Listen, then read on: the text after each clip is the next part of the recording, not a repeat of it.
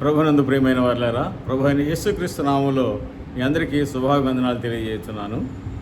ఈ దినం మత్తయి సువార్త 5వ అధ్యాయం నుండి 13వ వచనం ధ్యానాంశంగా చూద్దాం. మత్తయి సువార్త 5వ అధ్యాయం 13వ వచనం. మీరు లోకమునకు ఉప్పు అయి ఉన్నారు. ఉప్పు నిస్సారమైతే అది దేని వలన సారం పొందును? అది బయట పారవేయబడి మనుషుల చేత త్రొక్కబడికే గాని మరి దేనికి పనికిరాదు. యేసుక్రీస్తు ప్రభు కొండ మీద ప్రసంగంలో ఆయన ఈ మాటలు మనకు చెప్పారు. ఆయన సువార్త పరిచర్య ఆరంభంలో దేవుని రాజ్యమును గురించినటువంటి సువార్తను ప్రకటిస్తూ ఆయన పరిచర్య సాగించాడు. నానా రకాల వ్యాధులు కలిగిన వారందరూ స్వస్థపడటం చూసి ఆయన కీర్తి ఆ చుట్టుపక్కల ప్రదేశం అంతటా, సిరియా దేశం అంతటా వ్యాపించింది. గలిలయ, యూదయ, దెకపోలియ, యెరూషలేము ప్రాంతంలో ప్రజలందరూ, యోర్దాను నది అవతల ఉన్న ప్రజలు కూడా ఆయన చేత స్వస్థత పొందాలని చెప్పేసి ఆయన గురించినటువంటి వార్తలు వినిన వారై ఆయన దగ్గరకు విశేష జనం అత్యధిక సంఖ్యలో ఆయన దగ్గరికి రావడం ప్రారంభించారు. అలాంటప్పుడు యేసుక్రీస్తు ప్రభువారు కొండ మీదకి కూర్చొని అక్కడ ఈ జనమందరూ కూడి ఉన్నప్పుడు వారికి ఈ సందేశం అందిస్తున్నారు. ఇప్పుడు మనం చదివినటువంటి వాక్యం కొండ మీద చేసినటువంటి ప్రసంగం నుండి మనం చదివాం. మీరు లోకమునకు ఉప్పు అయి ఉన్నారు. ఉప్పు నిస్సారమైతే అది దేని వలన సారం పొందును? ఆయన మన గురించి మాట్లాడుతూ మీరు లోకానికి ఉప్పు అయి ఉన్నారు. ఆ ఉప్పు నిస్సారమైతే అది దేని వలన సారం పొందును? మనల్ని అందరినీ మీరు లోకానికి ఉప్పు అయి ఉన్నారు అని సంబోధిస్తున్నాం. ఇక్కడ మనం ఉప్పు గురించి మనందరికీ బాగా తెలుసు. ఉప్పు మన దైనందిన జీవితంలో చాలా ప్రాముఖ్యమైనటువంటిది, అవసరమైనటువంటిది. ఈ ఉప్పు సాధారణంగా సముద్ర జలాల నుంచి తయారు చేస్తారు.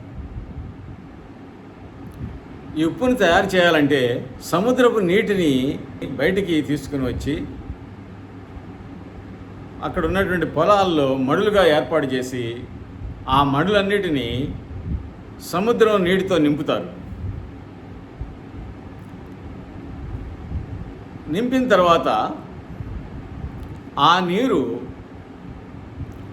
సూర్యరశ్మి వలన, ఆ ఉష్ణోగ్రత వలన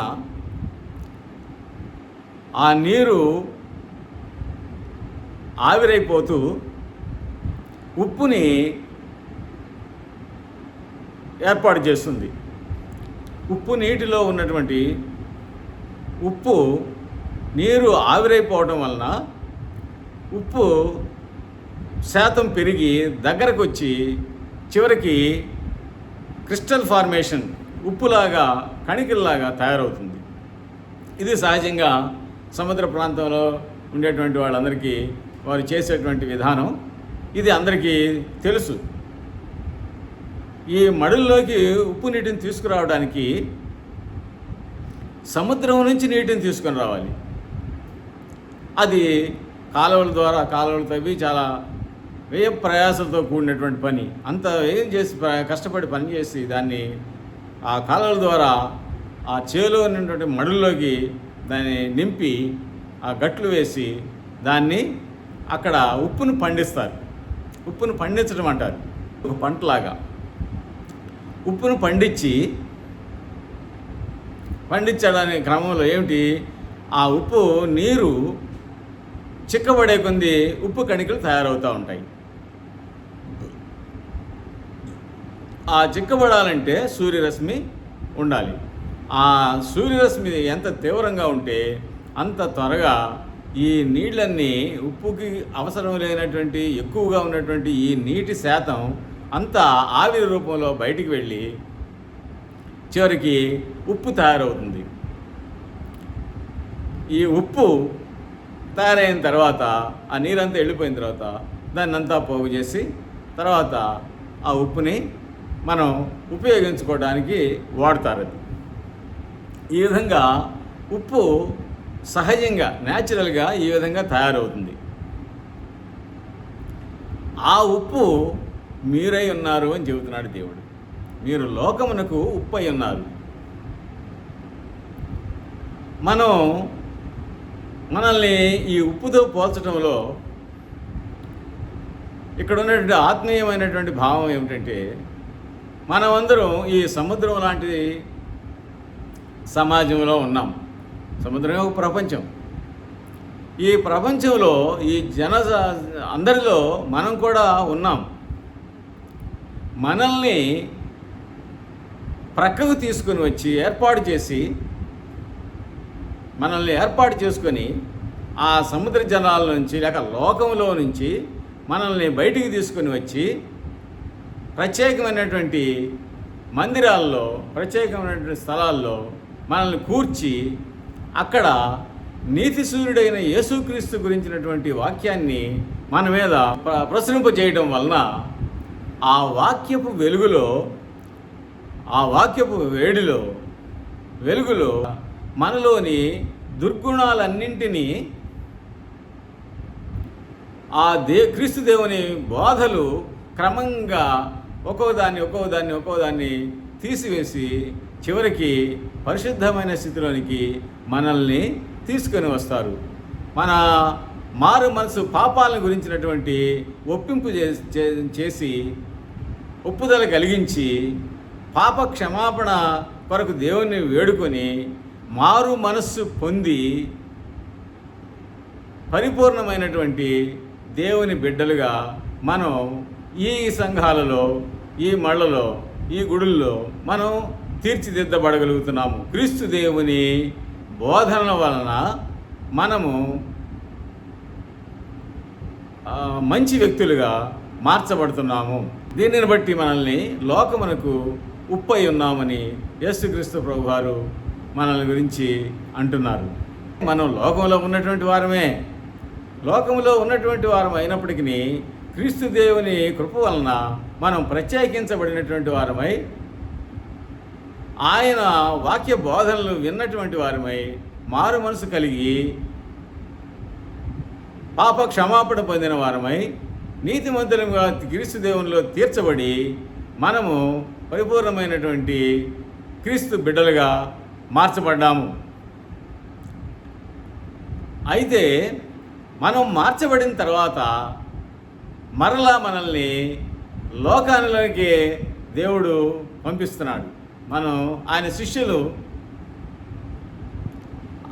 తర్ఫీదు చేసి సర్వలోకానికి వెళ్ళి సర్వసృష్టికి సువార్తను ప్రకటించండి అని ఆజ్ఞ ఇచ్చినటువంటి రీతిలో మనల్ని ఆయన బిడ్డలుగా తయారు చేసుకున్న తర్వాత మరలా తిరిగి లోకంలోనికి పంపిస్తున్నాడు దేవుడు.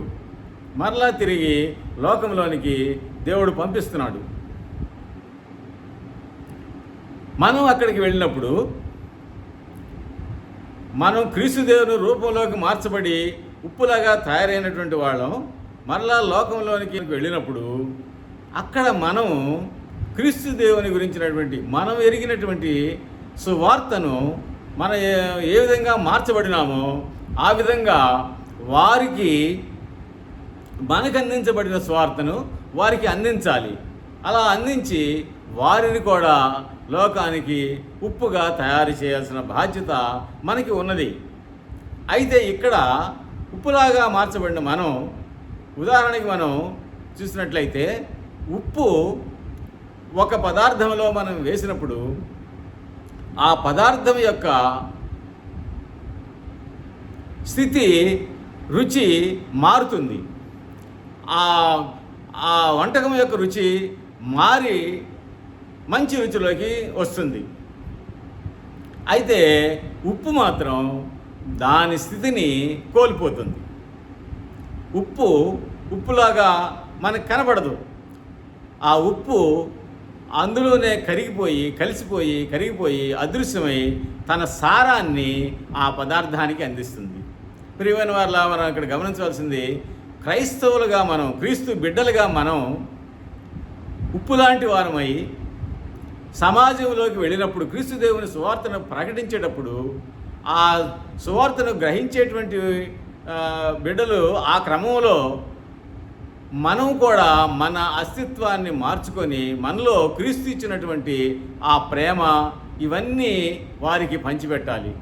వారిలో మన రుచిని, క్రీస్తు దేవుడు మనకి ఇచ్చినటువంటి ఈ ఆత్మఫలాల్ని, ఈ సద్గుణాలన్నింటినీ ఆ ప్రజలందరికీ అందించాలి. అవి మనలో పెట్టుకుని ఉండేవి కాదు. క్రీస్తు దేవుడు మనకు ఉచితంగా ఇచ్చినటువంటి ఈ రక్షణ భాగ్యాన్ని వాళ్ళకి ఇవ్వాలి. అలాంటి దశలో మనం అవసరమైతే మన అస్తిత్వాన్ని కూడా కోల్పోవాల్సి వస్తుంది. మనకు తెలుసు, మన అపోస్తలులు అందరూ కూడా హతసాక్షులయ్యారు. బిడ్డలు వారంతా ఈ సువార్త పరిచయం చేస్తూ వారి ఈ లోకయాత్రని దేవునికి సాక్షార్థంగా వారు ముగించవలసి వచ్చింది.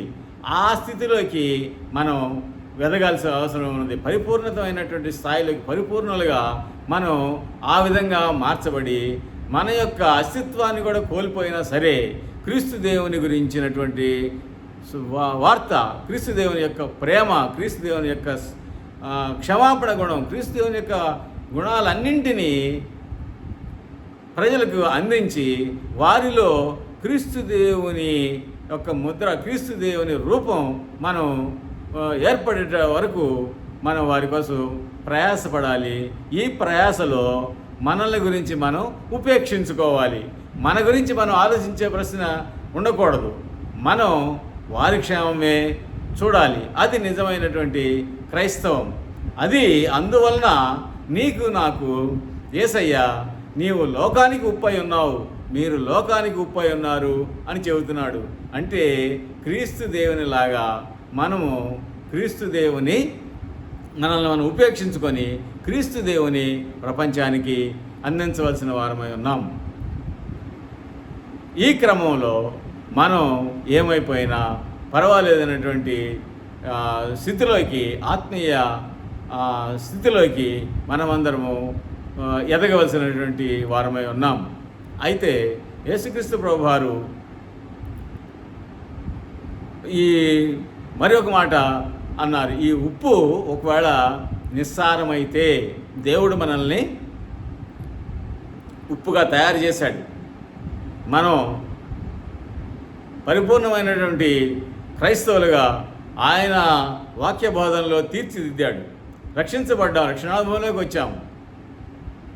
అయినా లోకములోకి మనం వెళ్ళినప్పుడు లోకం మనల్ని మింగివేసినట్లయితే, లోకం తనలోకి మనల్ని కలుపుకున్నట్లయితే మనలోని సారం పోతుంది. లోకాన్ని మనం క్రీస్తు కొరకు సంపాదించాలి.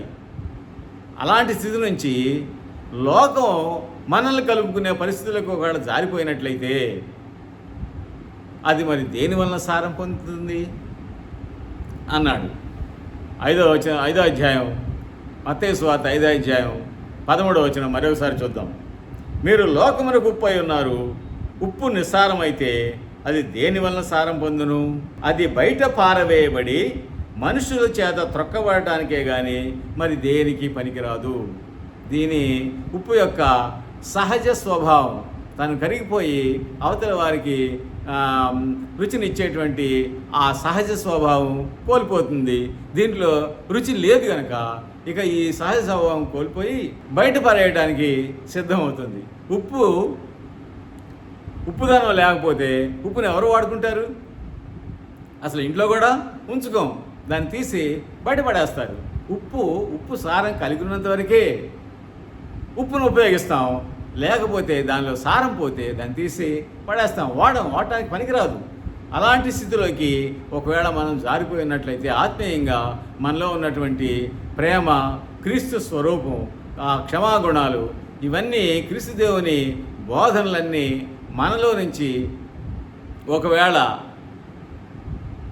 లోకంలో కలిసిపోయి ఇవన్నీ మనలో నుంచి కనపడకుండా పోయినట్లయితే, మనం ఇతరుల యెడల ఈ స్వభావాన్ని చూపించకపోయినట్లయితే, ఇతరులని ప్రేమించలేకపోయినట్లయితే, ఈ కక్షలు, ద్వేషాలు ఇవన్నీ మనల్ని జయించినట్లయితే, స్వార్థం, ఈ లోక వాంఛలు మనల్ని జయించినట్లయితే, మనం మన సారాన్ని కోల్పోయిన వారం అవుతాం.